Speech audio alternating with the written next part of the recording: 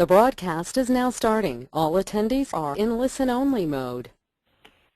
Hi, everyone. Thanks so much for being on our webinar today on credit reporting for housing counselors. This is Matthew Goodrow from the National Housing Resource Center.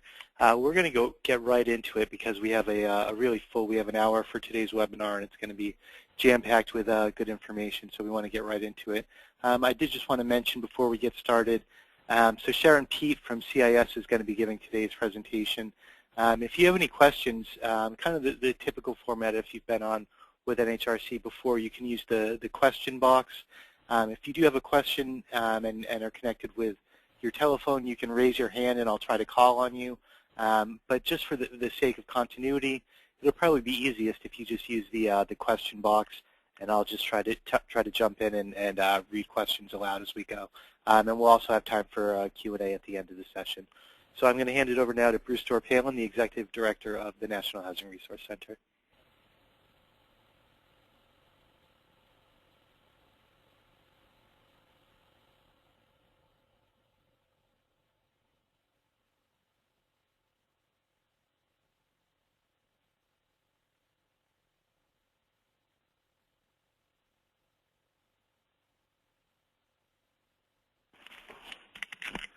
Well, thanks, Matthew. We had a technical glitch there, but we're glad to be here. As we all know, credit scores are a critical piece to people's financial futures, and what's very exasperating about credit scores is they are a black box.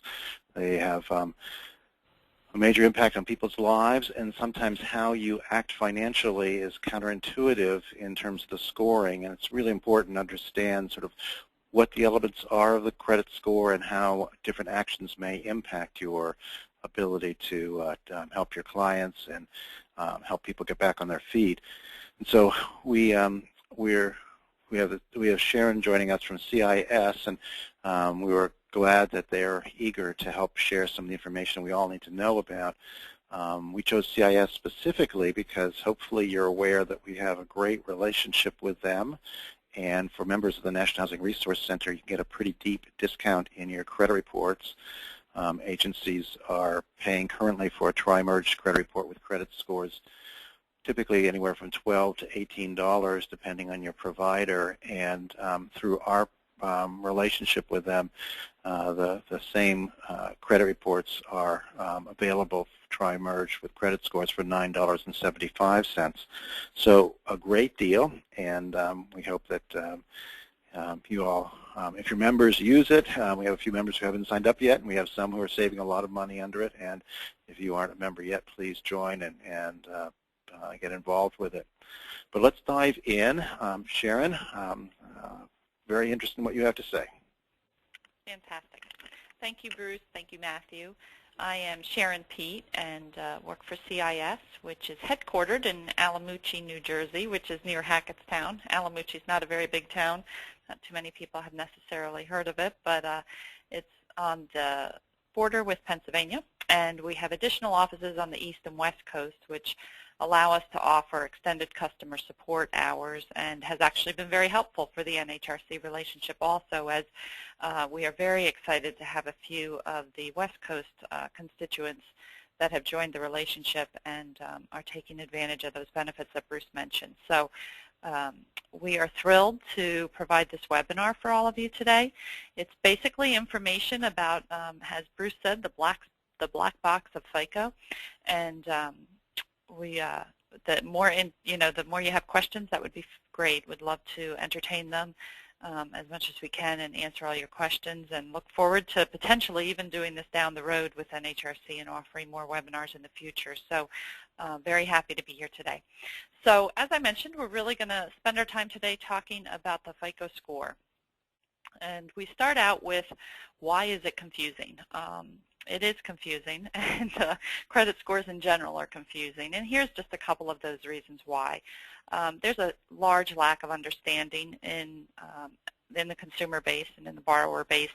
They don't understand, including myself in that, consumers don't understand our scores, and we don't often understand what makes up the score. So that starts out with why the confusion. And errors are very prevalent. There's nearly an 80% error rate cited on consumer credit reports in the U.S., which is A, unfortunate, but B, also leads to some of the confusion. And 25% of those errors are generally captured as being significant. And what we mean by significant is that those are errors that could certainly cause the difference between an approval and a denial, and absolutely cause a difference in the rate that is offered if you were going for financing or a mortgage. So that adds to the confusion. And then there is numerous scoring models.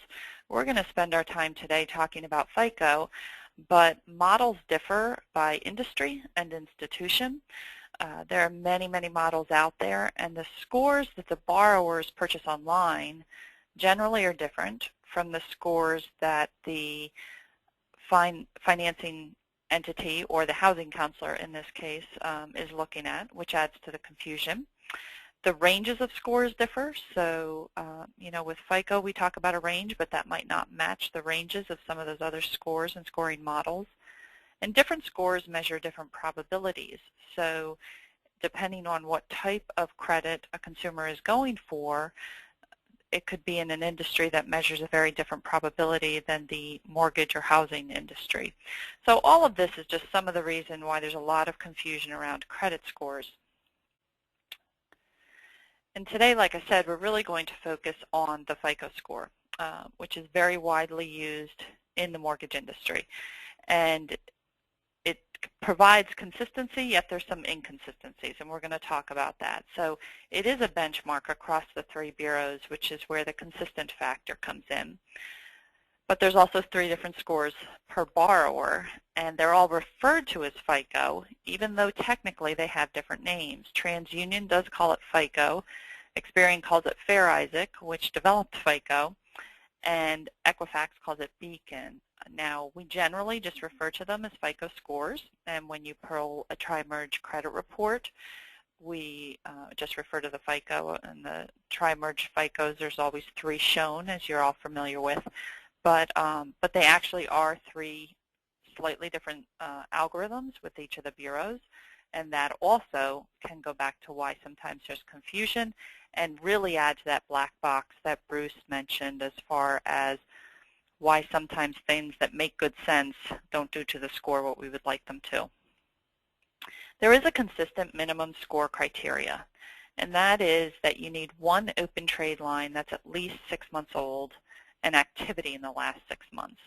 So this can really impact someone that is new to the credit world or that has not had the opportunity to establish credit because they may not have a score available. The FICO range is 300 to 850. The higher the score, generally the lower the risk is indicative of, but there again, that range would not be true across all those different scoring models that we talked about. So that can lead to confusion. But specific to FICO, it's 300 to 850, and the higher the better. So let's get into the details of FICO. One thing that is important to make sure your borrower understands is that FICO predicts future delinquency. So it is a prediction score. It is based on current and past credit behaviors, and it certainly uses how the borrower has behaved and handled their credit matters to make that prediction, but it is a prediction. And it's only based on information in the report. And this is important too, because as borrowers, we're often very eager to tell our housing counselor about our whole financial picture, which is fantastic. The more we can divulge to you, the better you can help us. But the FICO score itself is not going to take all that into consideration. It is only going to be based on the information in the report, and it's just going to represent one point in time. So similar to how a balance sheet can have a checking account statement balance on it for your accounts payable, accounts receivable, which can change daily, your score can change daily because it's just the point in time at which the report was pulled, and many of us use different credit mechanisms daily, like credit cards, and so the score changes can certainly occur daily. FICO is also impacted by many different things, trending, patterns, segments, which are often referred to as scorecards, which is where The black box allows people that have like patterns to be lumped together, if that's general and loose enough for definition. And then unique credit data in the file. So if you're getting the picture that it's starting to be fuzzy, you're exactly right. You know, we don't know exactly what the algorithm is, but we do know that these reasons of trending and patterns and segments and scorecards very much lead to why the same exact behavior across credit profiles doesn't result in the same effect on the score from borrower to borrower. And that is because everyone has unique credit data in their file too. So being that it is based on your current and past performance and behavior, those behaviors will always come out with different impacts borrower to borrower. So here's a pie chart that probably many of you have seen. You may have even shared with borrowers. It shows what is included in the FICO score. And you'll see that it's apparent that it's very largely determined by payment history and debt amount. And together those two components make up 65% of the score. However, not to be ignored is the other types of credit, new credit and length of credit history, and we'll touch on each briefly. But that remaining 35% can certainly impact the score also, even though FICO is very largely determined by the debt amount and the payment history. So definitionally, this kind of details those 5 components of the FICO algorithm. The payment history, at a high-level definition, assesses credit performance. And we're going to talk about good and bad behaviors as we get more into these slides here. But it basically is your assessment criteria. Amounts owed is your credit utilization. And I did add a bullet here that this can really be a factor in why a seemingly spotless credit report doesn't have a higher score. We see reports sometimes where there doesn't appear to be any negative behavior, but there's still a low score. And credit has to be used to impact the score. So amounts owed is important not only because it largely impacts your score and how much debt you have, but certainly it talks to your credit utilization also. Longer is better for length of credit history. And when we talk about that yellow mark right there, the 15% being length of credit history, the more mature a person's credit history is, the better. New credit is definitely most impacted by recent pursuit of new accounts.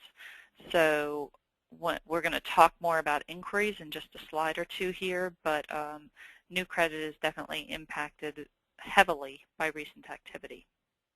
And then types of credit used, and this kind of goes along a little bit with your length of credit history in that you want variety with your types of credit used. If I only have ever had a credit card and I've never had an installment debt, I've never had a revolving debt, I've never had a mortgage, I've never had a student loan debt, that is going to affect the score far differently than if, again, I have this mature history that not only has some length to it, but also has a variety of different credit types represented. It's going to be a more complete picture, and the FICO algorithm takes that in as more representative of how I will behave in the future, i.e. more predictive, if it shows a large breadth of types of credit used. This is some elements that are not included in the FICO algorithm. And frequently, they do come up, and we get asked these questions of borrowers a lot as to does this affect it? And ethnicity, marital status, sex, age, salary, employment, where a borrower resides, they do not affect it. And then I want to pause for a minute and talk a little bit about rent and utility payments, or what we call non-traditional credit. It does not impact FICO currently, and we have seen a great deal of press actually in 2013 around this subject. There is an estimated 50 million folks out there that are sometimes referred to as the unscorables, or the credit invisibles, or the credit abyss. They do not have a score. It's a large segment of the population, and certainly having worked extensively with nonprofit housing counselors in 2013, I can say that you see a lot of these folks come to your agencies for help and for counsel.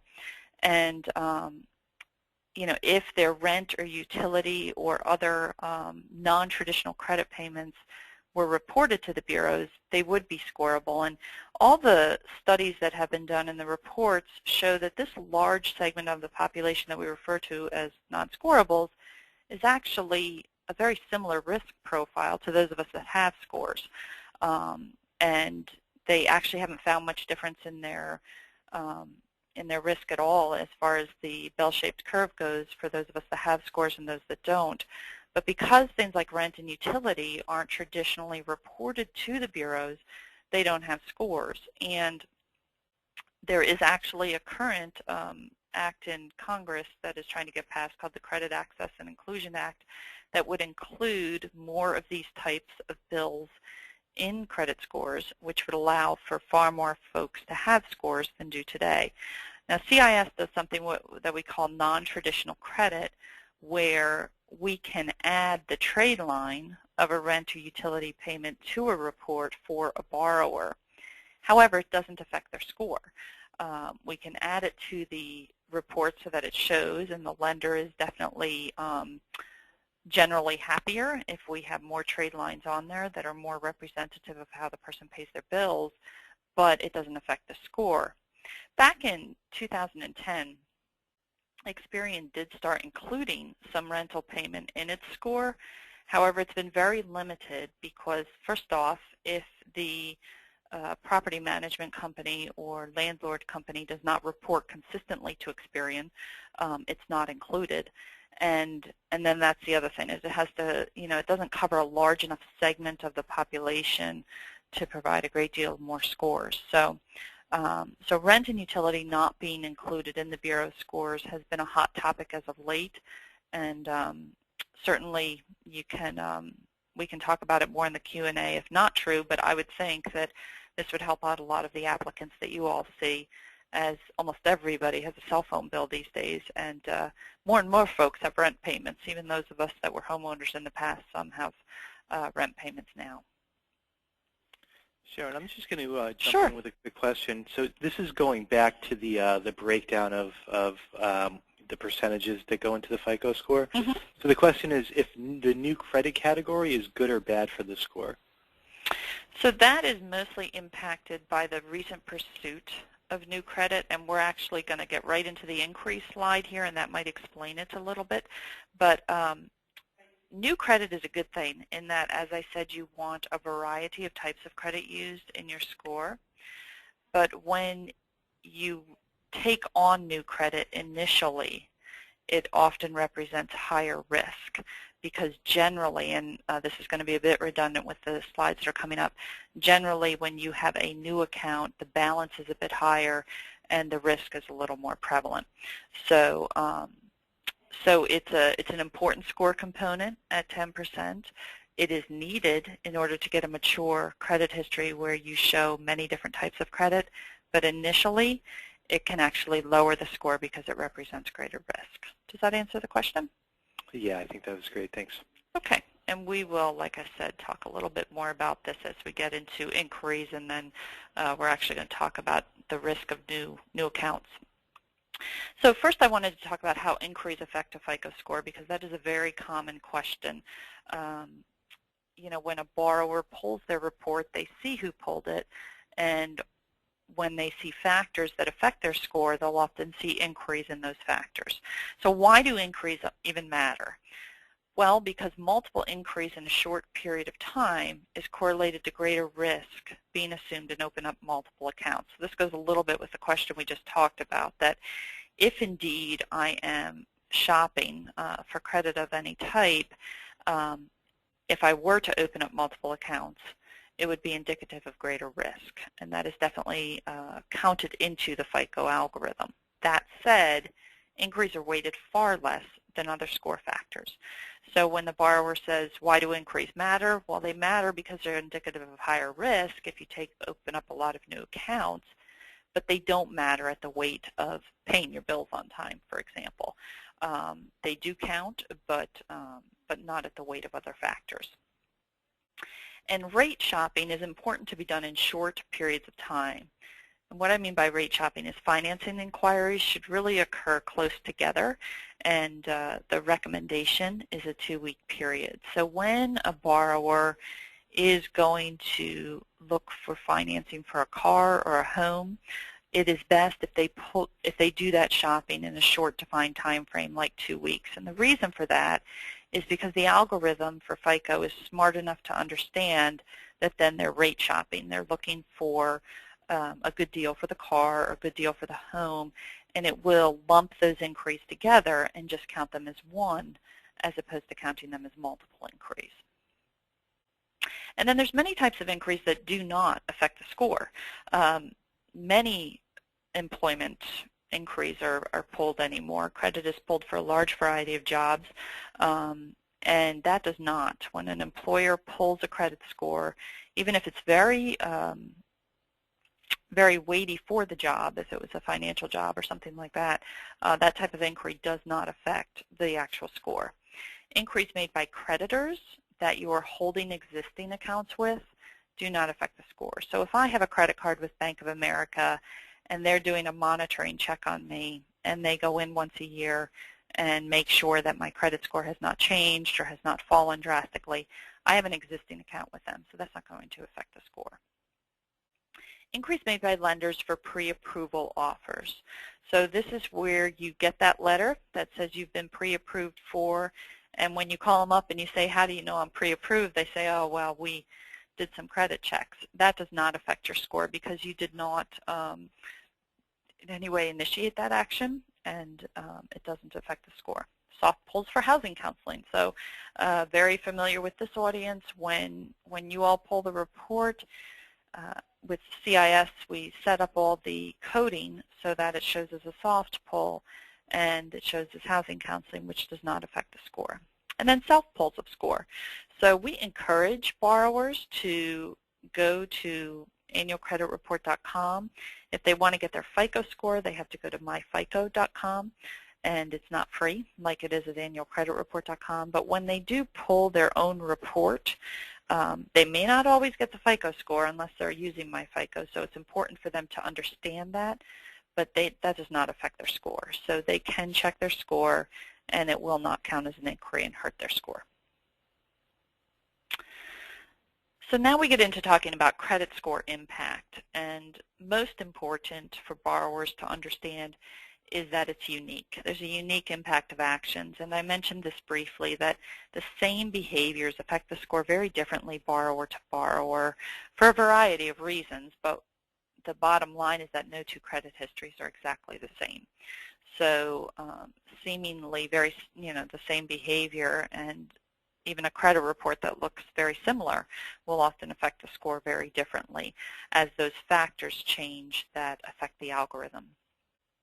Recency and frequency are key components of impact, and we try to drive that home with borrower education, that if they remember a couple of key things, which we summarize here at the end today, one of them is recency and frequency. So there is a high score impact in the first month following an action. The 90-day pre-application window really becomes critical because that is recent to the time of application. And frequency. Frequent poor actions have a much greater impact than single occurrences. So those two words, putting them into borrowers' heads and getting them to remember those two things will really help them keep their credit scores at a better level. The better you start, the worse the impact. That's another thing. And this kind of goes against, I guess, what we're taught when we're young, that good behavior is rewarded. Well, it is, and if you pay your bills on time, that's always the best thing. But when you have a really good score, it sometimes takes a bigger ding, and we certainly see this when we get into, and we're not going to get into this today, but when we get into the impact on the FICO score from short sales and foreclosures, which have been unfortunately very common during the housing bust. Sometimes the higher the starting score, the worse the effect. So higher starting scores and first-time negative actions definitely have more detrimental scoring effects than lower starting scores and repeated negative actions. And again, that kind of ties with recency and frequency. And Sharon, I'm going to jump in Sure. with one more question here. So this is going back to the inquiries slide. Mm-hmm. So someone wrote and said, we are a nonprofit housing counseling agency, but they're doing hard pulls and want to know how they can change that. Oh, goodness.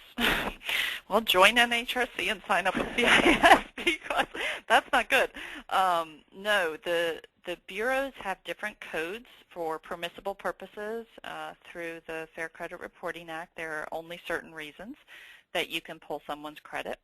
And the coding that you set up for a HUD-approved nonprofit housing counseling entity should absolutely result in a soft pull because you're doing housing counseling and you frankly don't want to affect their score. So yeah, Matthew and Bruce and my contact information is going to be at the end of this, and definitely get in touch with us because yeah, it shouldn't be a hard pull.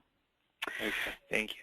So, tips on credit score impact. So again, we're going to spend the bulk of time today talking about impact, and score impact is generally going to coincide with risk level assumed. And again, you're going to hear me keep saying generally and tend to shy away from too many black and white statements when it comes to this algorithm. But late payments on larger secured debt are generally more consequential to the score than late payments on smaller unsecured debt. And again, that just goes with the level of risk, right? So my mortgage is a much more impactful debt to me than you know, a $200 balance on a credit card.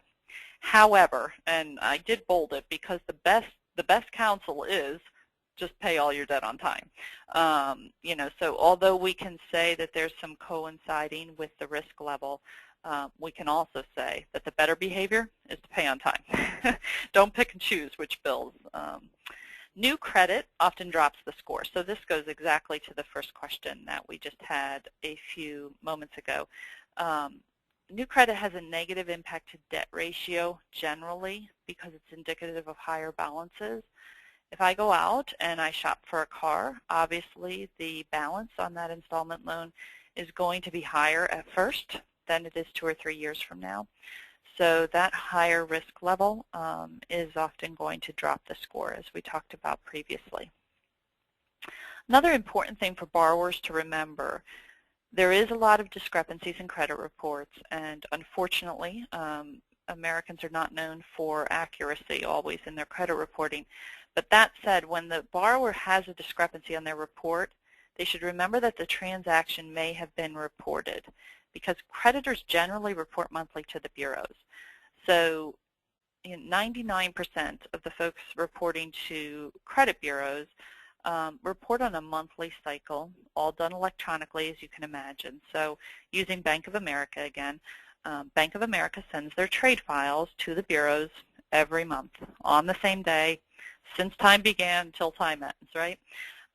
So when Bank of America makes an error on my credit card statement this month, if they happen to be reporting to the bureaus today, the 21st, it's going to go and it's going to go impact my score even though it's an error. I can certainly get it corrected. I can certainly get it fixed, but the impact may have already occurred. So that's often a misnomer with borrowers, is they don't realize that monthly schedule of electronic files being processed has probably happened or is going to happen within a day or two. So even though discrepancies should be addressed as early and directly as possible and errors can be fixed, often the score impact has occurred. And the scoring impact from negative credit behaviors certainly diminishes over time and with improved sustained credit actions, but the negative occurrences remain part of the credit history. So, you know, so good behavior, always paying your bills on time, you know, always making your payments is always good and should always be done, but you can't fix a bad score overnight, is what this last point talks to on this slide. So here's a chart that shows the severity of credit score impact, and basically the green is good, the reddish pink is bad, and the top of the chart and the bottom of the chart are the most impactful. So as I've said already a few times during this webinar, the best thing somebody can do is pay their bills on time.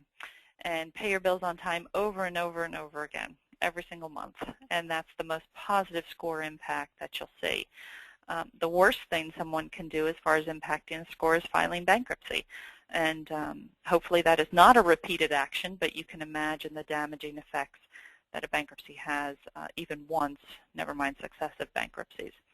But then as you look at the top, you know, these are other very positive things. To use small portions of credit limits, have a presence of mature accounts. Again, going back to what makes up the score, have used those credit accounts for a length of time and have used a variety of them, using multiple various credit and loan products. Then when we get into inquiries, it's not as much of an impact. And opening up new accounts, not as much of an impact. When you get into things like maxing out a credit card, starts to be a negative impact, but it's not a horrible negative impact like the red. Paying late for the first time, certainly not a good thing, but not as bad as paying late on multiple accounts or missing multiple payments. So again, we get back into frequency. When I do the same poor behavior over and over again, it's more impactful to the score than one time. So as we move through the orange down into the red, that's where we see the highly negative events that cause the most negative impact. Things like charge-off, where you paid less than initially is agreed to, short sales, foreclosures, and bankruptcies. And unfortunately, due to the housing bust that happened in our economy, we see a lot of these, but those are the most negative impacts that you will see to the score. And this slide talks about the length of the credit score impact. So the one number to remember is 7 years. Most derogatory, as we would call them, credit actions can stay on the report for up to 7 years. Bankruptcies can stay on for up to 10. But I want to call a couple things out on here. Delinquencies can indeed stay on for up to 7 years. Once I'm past 30 days late, it's considered delinquent, and the creditor has the right to report that for a very extended period of time.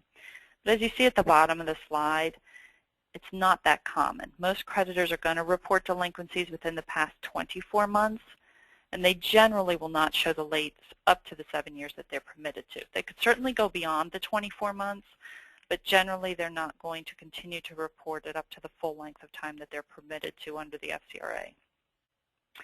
And a lot of those other negative actions will stay on there a long time. Certainly bankruptcies and charge-offs, which some of the bureaus show for short sales, and they don't fall off right away, nor do judgments or tax liens. Lost credit cards will fall off, but if the borrower paid that card delinquently and lost it, tends to stick around a little bit longer. So that's the other thing, that just because I didn't pay my credit card in time and now I made sure I lost it, doesn't mean it's going to fall off my report. If I paid my credit card on time and I lost it, it's likely to fall off a little bit sooner. Sharon, I'm just going to jump in with a couple questions here. Absolutely. So one is going back to the chart with the kind of red, the most severe to the. So someone they said it seems like this is addressing something that they've been looking for information on. So they were just wondering if you had resources that you could refer them to with more information on this specific topic. Certainly, certainly. Matthew and I are going to make sure that the deck is available to you. And again, you'll have our contact information at the end so you can call us. And thirdly, we have a host of material that I call borrower education material that we provide to our clients free of charge. You guys work with the clients each and every day, and we work with you. We don't work with the client directly. So be happy to provide all those resources to whomever needs them. Great. And another, is a Chapter 13 bankruptcy treated as badly as a Chapter 7 on FICO? It is not. It generally is still going to stick around for about 7 years, but it can fall off sooner. And that is why the caveat is there on this slide. Yeah. All right. And then just going back to the other slide again, what is the fourth red impact? I think it's just cut off a little bit at the bottom there under foreclosure. Oh, bankruptcy. The bottom one is bankruptcy. And yes, I may have maxed out the slide a little bit too much there. So it goes charge-off, short sale, foreclosure, bankruptcy being the most negative impact to score. Great, thank you. That's all the Sure. questions for now. Thanks. Okay. So let's move on to some misperceptions. And again, as Bruce so aptly put the black box, he then mentioned that sometimes things that seem like good behaviors actually result in either lowering the score or not helping the score. And that causes confusion. So we could spend an entire webinar probably on just this subject, but since we don't have the time to do that, I just picked out a few for our purposes today. And I said that these actions rarely result in score increases. The number one is paying off accounts in collection. It is always good to pay off your debt, and it's always recommended. But there very generally is no immediate impact. Again, the reason why is because that behavior is still part of the borrower's credit history. And in this case, very negative behavior, letting an account go for collection, is going to impact your score and can impact your score for a long time. That impact is going to diminish over time, and as we said, the better your behaviors, the more quickly it's going to diminish, but it's not going to be fixed overnight. So although I would always say pay off your accounts and pay off your accounts in collection, it's not going to cause an immediate score improvement generally. Closing unused credit cards. But Sharon? Sure. If you have if you have a choice, which people often do, with a client being having a limited amount of money and there's an old debt for $200, or should they put the $200 towards keeping their other accounts paid currently? Right. Sounds like it's better to pay the current accounts and let the amount due from the past die a painful death on its own over time. Is that right? Generally, it is. And this is where, again, we won't get into it today due to lack of time, but we have these fantastic tools called the what-if simulations that allow housing counselors and our clients to do exactly what you just said. They, if I say, look, I've got $200, where should I apply it? You can play with all different scenarios and see what the score impact would be, since my credit history is unique. So, drawing back from the fact that everybody's score is impacted differently, you're right. Generally, the account in collection is already the account in collection and has already impacted my score. It is going to be better to clean it up, and over time it will decrease in the impact. But if I have a very limited amount of cash, which is something that I'm sure this audience deals with on a daily basis, it's generally, remember recency and frequency again. If it happened once, maybe let sleeping dogs lie and stay with your recent behaviors and, do something that is going to have more of a positive score impact. And that's where these tools that allow a counselor can just run countless simulations are really helpful, because it does get really complicated. But generally, you're right. It's generally better to work with what is frequent, what is right now recency going on with my credit score than what happened. Also, in that situation, you'd also want to consider amounts and how much was placed for collection versus how much I can keep current on what I'm currently doing. But you're generally going to be right with that. Closing unused credit cards, again, in a slide or two here, I'm going to say, be real careful with them and don't use many of them. So why wouldn't that be a good thing? Well, again, you have to be very careful, because it's going to decrease the amount of credit available to you, which wouldn't always help your score. Maxing out a single card. If you generally have a choice between taking a credit limit to the max on one card versus having 2, maybe 3 cards with a much lower balance, generally you're going to be better with B, because credit limit and how much of it you've used is highly impactful to the score. A lot of folks think if they just move debt around, that's going to help their score. Not generally. If you can pay some of it off, that's better.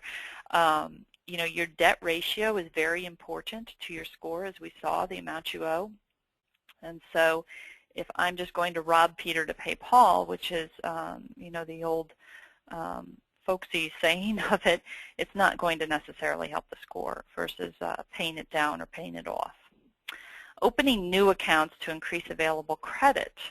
Again, because that recent pursuit of new accounts can detrimentally affect the score, it's generally not going to be helpful. That, oh, I don't have, if I do not have a mature credit history and I haven't used many types of credit, for me to go out and apply for a loan for a car and apply for a few new credit cards and decide to take a class at a community college and get some student debt reflected on my report, if I do all those things right away, that's just going to be more indicative of risk. So increasing available credit by opening a smattering of new accounts generally doesn't work. And then I put on here soliciting advice from a credit repair company. Accounts in dispute will not be accepted by lenders. And I'm sure that you all have seen applicants come through your door where a seemingly large number of the accounts represented on the credit report are in dispute. And one of my initial questions to that applicant would be, did you go to see a credit repair company? Because credit repair companies, first off, are blacklisted by the bureaus. They're not allowed to legally buy credit reports. So as soon as the bureaus find out about them, they blacklist them by individual name and allow them to never buy them again. But of course they get away with it for a while sometimes before the bureaus catch them. But that's generally what their advice is to people after they take their money, is to put their accounts in dispute, because if you put your accounts in dispute, it doesn't affect your credit score. Well, not true. And first off, those reports, when a report has accounts in disputes, it's not considered clean by a lender, so they won't accept it. And until those accounts in disputes are corrected or removed, the lender won't accept it, i.e. that borrower's not going to get financing. And often when you remove accounts in dispute from a credit report, it frequently lowers the score. Again, I can't say always because each situation is unique, but generally removing accounts in dispute lowers the score. So this is where credit repair companies have not done anyone any favors, because you still can't get the financing that you need, and now your score is likely to go down when you fix up those accounts. All right, and we've got some questions here, Sure. Sharon. So the first is if you could just explain the impact on a person's credit score if the situation is a client has filed Chapter 7 and then begins to pay the mortgage back to the mortgage company. Well, it's always better, and that's actually, I think, on one of the next slides, it's always better to pay the primary creditor than a collection party, because the positive score impact comes back around sooner. So again, the score impact, is unique to that individual based on their history, but it is always better to pay your obligations. Sometimes it takes a long time when there's a bankruptcy to have your score come back around, depending on what other positive credit behaviors are reflected on your report. But your long-term risk profile is always going to be better if you pay off the obligations that you owed. All right, and I think this is similar and just kind of looking for a clarification. So the question is, so there is no credit benefit to paying off collection accounts, but it has a negative impact of showing delinquent? Well, there is over time, so it's always better to pay accounts off that you had an obligation on. But the perception out there is that if I pay off my accounts in collection, my score is going to pop back up at the same impact that it got dinged by that account in collection. And that's not true, because that account in collection is still part of my payment history and is still part of my credit history, and it is still going to affect my score. So, so again, it's always better to pay it off, because then over time, my risk profile is lessened by the fact that I paid the obligations I owed. But the perception in the consumer environment is that, if it dinged my score by 50 points, it'll bring me back up by 50 points if I just pay it off, and that's not true. Does that answer the question? Yeah, I think so. Okay. We have a bunch of questions, folks, and please keep them coming, but I'm just going to say that I'll take one more for now, and then we'll leave some, and we'll get to as many as we can at the end. But I know that we still have a lot to cover. So one more question on this is, does a dispute of an account with the credit bureau continue being negatively reported while the dispute is in process?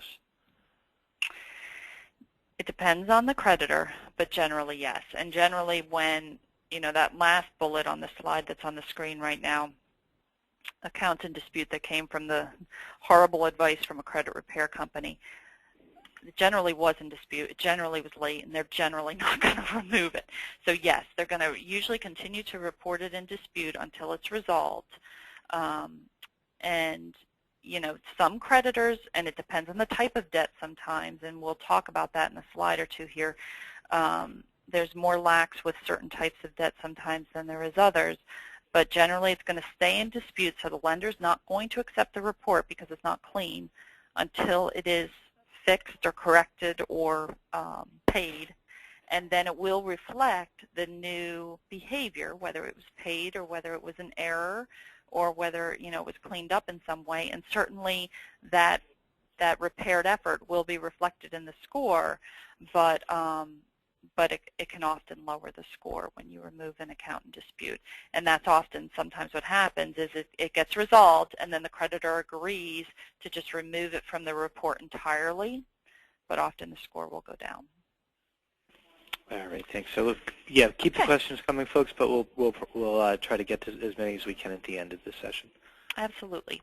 So this is just a screen of best practices, and some of these we've talked about already, so we can make up for a little bit of time here. Obviously, pay your bills on time. Even if you can only afford the minimum payment, encourage borrowers to pay their bills on time, and we see how that has the most positive impact out of anything, especially over longevity. Use credit cards wisely and conservatively, and this is where I mentioned that keep your balances under 50%, but hey, if you can keep them under 30%, fantastic. Keep them under 30%. No one needs 20 cards, and no one needs 20 cards maxed out. So, use those credit cards wisely, use them conservatively, and make your monthly payments manageable. Apply for and open new accounts only when needed, and we did pretty much talk about that opening new accounts is not a good way to improve your score by showing that you have lots of credit available. Shop for credit in short defined time frames. We talked about that and the benefit of the bureaus when they do the algorithm for FICO, seeing that you were rate shopping and just counting it as one inquiry. Reduce loan balances, right? So pay your bills, pay them on time, and pay them down. That's always the best advice. Pull credit reports 6 to 12 months in advance of seeking financing and identify those discrepancies and errors and address them directly and early. And this really goes to, it really is important that borrowers pull their credit report, and when they do see something wrong, that they address it with the bureau or with the creditor directly. First of all, if they do it directly, it doesn't cost them anything other than their time, but then it's cleaned up by the time that they come to you or go for financing. So it's important that people monitor their own credit and that they do it through the free means. The bureaus are more than happy to charge people to monitor their credit, but there's free tools available like annualcreditreport.com. Avoid purchases that increase debt-to-income ratio or decrease your asset base in the 90-day pre-application window. So this goes with our recency and frequency point here, that 90-day pre-application window is very recent to your time of application and is highly impactful to your score. So that is not a time when you want to be making purchases that are going to increase your debt-to-income ratio or decrease your asset base. And then keeping your credit standing static from time of application till closing. Now this is when the applicant has probably moved past you at this point and they have applied with a lender, but it's good advice to give them. I mean, it's impossible for many of us to keep our credit standing entirely static, and that many of us use our credit cards every single day, but certainly big purchases, new accounts, things like that, if they can be avoided from time of application until closing, it's always recommended, because many a closing has been derailed from the fact that the lender will always pull the score again right before closing, on the day of closing. And if that window between application and closing has allowed me to make some detrimental effects to my score, it can derail the closing. Oh, did we miss a slide? Hold on a minute here. There we go. We missed 2 slides, 3 slides. Sorry about that. I don't know what happened. So here's a few more tips. Generally, 3 credit cards is enough. I know that seems crazy to some people, but generally 3 is enough. That's not a hard and dry rule. There are no hard and dry rules, but multiple credit cards definitely negatively affect the debt ratio. Paying off the primary I started to touch on this actually. Paying off the primary creditor when an account is past due results in quicker score recovery. And this is important when you get into counseling someone who has accounts placed for collection, that when they're placed for collection with third-party collectors, it's going to take longer to improve the score after payoff than when they pay the primary creditor. So once they do get 30, 60, 90 days delinquent, encourage them to try to work out something with the primary creditor before the primary creditor gives it to a third-party collector, because it's going to be harder for them to, it's going to take longer for them to recover their score after it goes off to a third-party collector. Medical bills always come up when we do webinars like this for question, and again, it's another topic that we could spend a half hour on. But most medical collection firms are willing to remove the collected account from the report after it is paid in full, but you have to ask. And there's a misperception out there that, well, anything medical will never affect my credit score. Well, that certainly is not true, because especially when a medical collection firm turns you over to a third-party collector, it's going to affect your credit score. But you also can't assume that, well, I got behind, you know, it was an unfortunate situation, as they always are, but I'll just pay it off and everything will be wonderful again. You often have to ask, and it often will be removed. They're often more lenient. When I said types of accounts, I meant this, but you do have to ask. They're not going to necessarily remove it voluntarily. And then I put on here, be careful with installment loans, with paying them off specifically.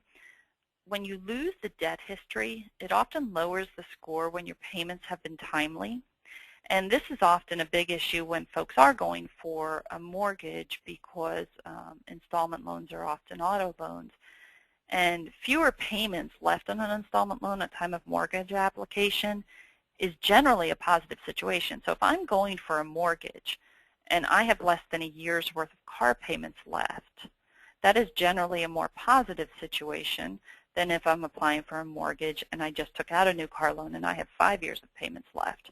But folks should be careful about paying them off, and this again is where those what-if simulations can be very helpful, because when you lose that type of debt history, and remember, this is debt that, you know, is generally larger and is generally secured, it can lower the score.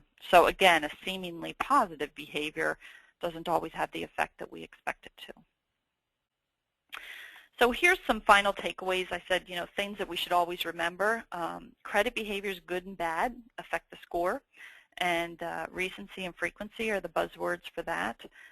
Sooner is better, and sooner is better when you are addressing credit report discrepancies and when you're demonstrating good credit behaviors. So when I say always pay your bills and always pay them on time, and the sooner you start doing that, the better. It will have a lasting effect over time, and it will bring up poor credit behaviors with time. There is lots of resources for score analysis and improvement, and it can save a lot of time and a lot of aggravation since you're dealing with a black box algorithm. A couple are mentioned here. First of all, you can use a single bureau with an upgrade option. It's a real cost-saving strategy, especially for the nonprofits, because for just a few bucks, you can pull a single bureau report, and then if indeed I have a lot of work to do to improve my credit score before you move me further, I can go away and work on that behavior and then come back to you, and you either upgrade me and you don't lose the money that you spent on the single bureau, or if I'm out of the window where that credit score is still current, you have to purchase the tri-merge potentially if you're moving me forward for financing. But it's a good cost-saving strategy, because we can generally say that although each borrower has 3 different scores, if I'm a horrible risk with one bureau, the chances that I'm a horrible risk with all 3 bureaus are pretty good. So it's a real good cost-saving strategy sometimes. And if indeed I've got a great score with the one bureau you pulled, you can just upgrade to the other to and not lose the cost, if you will, and not pay out any more for the tri-merge than you would have if you pulled it initially. That said, tri-bureaus provide the best complete overview and make sure that you have a complete picture of my monthly payments and my monthly debt obligations. And then I just mentioned some of the other tools here. We don't have the time to go into them today, unfortunately, but things like Credit Assure shows potential score improvement. What if simulations allow you to simulate any action countless times with the credit accounts that the borrower has so that you can simulate what the potential score impact is of almost any action, from closing accounts to moving balances around to opening new accounts to changing the statuses of certain accounts. You can just simulate almost anything and see what the potential score impact would be.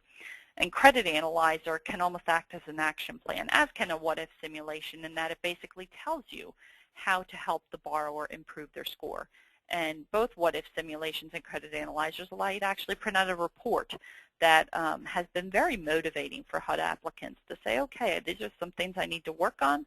If I do, my score could improve by X amount, and I'm going to come back in 6 months and work with my counselor again to see how much improvement we've seen. So before we take more questions, I just want to highlight the benefits of the CIS and NHRC partnership. And Bruce did a great job of giving us a taste of this at the beginning, that there is deep membership savings available. CIS also has a very broad solution suite, which has been very helpful for many HUD agencies because you're able to take advantage of the efficiencies of one credit provider. So in addition to credit reports and some of those scoring tools that we just talked about, Secured Cards is a great tool that all of you can use. It's www.securedcardnow.com. It helps folks establish credit with all 3 bureaus. There's no paperwork. There's no contract needed with CIS. I'll be happy to send a link to anybody that needs it. And it's a great tool that within the first month can establish credit with all 3 bureaus. We have property risk tools, property searches, property tax monitoring, 4506T tax return verifications, very important for the lending process to have the income verified to avoid fraud. Automated valuation models have proven very helpful as far as they're a very cost-effective tool for just a couple of bucks. You find out if I'm trying to buy a property that is either far out of my price range or in a property or a neighborhood that has very much declining values and you want to steer me away from. We do a lot of screening, employment, volunteer, tenant screening, background screens, criminal checks. Those are some other benefits that you can take advantage of. I mentioned we do have East Coast and West Coast offices, so there's extended customer support hours. And it's been very helpful for the NHRC member agencies that have signed up with us to be able to pull us through HCO. So I wanted to make sure I mentioned that too, that we can be pulled directly through the HCO platform, which many of you use today. And those platforms are available 24/7, 365, as is the CIS platform. So it makes for good ease of implementation. So hopefully we have time for a few more questions. I want to get our contact information up. Matthew, Bruce, or myself would be very happy to take any questions that you have, knowing that we're short on time today. We would be happy to be contacted directly by any of you. But thank you so much for your attention and your time. I have enjoyed this, and I'm going to turn it back over to Matthew to see if we can squeeze in a question yet. All right. Thanks so much, Sharon. That was great. Can you stick around for like 5 minutes, or do you need to go right? Nope, okay, I'm fine. So Sure. We have a long list of questions, so I don't think we'll get to them all, but we'll cover as many as we can. So for a client that has no history of unsecured credit and some charge-offs, for example, a cable bill, is it advisable that they open a line of credit, such as a secure credit card, immediately to build a positive credit history and at the same time try to pay off the charge-off? So, yes. You know, it would depend on what else was in their credit history. You know, securedcardnow.com will absolutely allow them to establish credit with all 3 bureaus. I will say with that it is more of an established tool than a fix-it tool. And again, if indeed they have had that bill go for collection, that's a negative behavior that's going to be part of and affect their score for some time to come. So it's going to take successive, repeated good behaviors to to repair that score, if you will, over time, but it can be fixed. So, you want to show having mature credit and having used various types of credit is a good thing. But they should also remember that at the time, now a secured card will not impact, there's no credit pull done for a secured card, so it will not impact their score from an inquiry perspective. But if they do decide to open up other accounts, it could impact their score negatively at first. Great. Each situation is unique. That's a tough one. Right. And I will just flag that the area code for my telephone number is 267. Right, Matthew. You're That's right. quite all right. And so the next question, is it better to keep a balance on revolving accounts either at or below 30% or to pay off the card in full? Depends on their credit history again, but it generally is not advisable to pay off accounts right before you go for financing because it lowers the amount of credit you have available to you. So using credit is needed for a good score, and keeping your balances lower on revolving accounts is better than higher. Great. And if you could just repeat the website for secured cards again, please. Absolutely. It's www.securedcardnow.com. And if it doesn't work for you or if you still didn't get it, feel free to call me or send me an email. My information's on the screen there. But www.securedcardnow.com. All right. And there are a few questions, I think, around paying off the collection and the original creditor. So the one is, so instead of paying the collection agency, the client should contact the original creditor? Well, the point was that it's always better to pay the primary creditor and potentially avoid the account going for collection. So from an education point of view, it's important for borrowers to understand that once that account goes for collection, it's hard to get it recovered.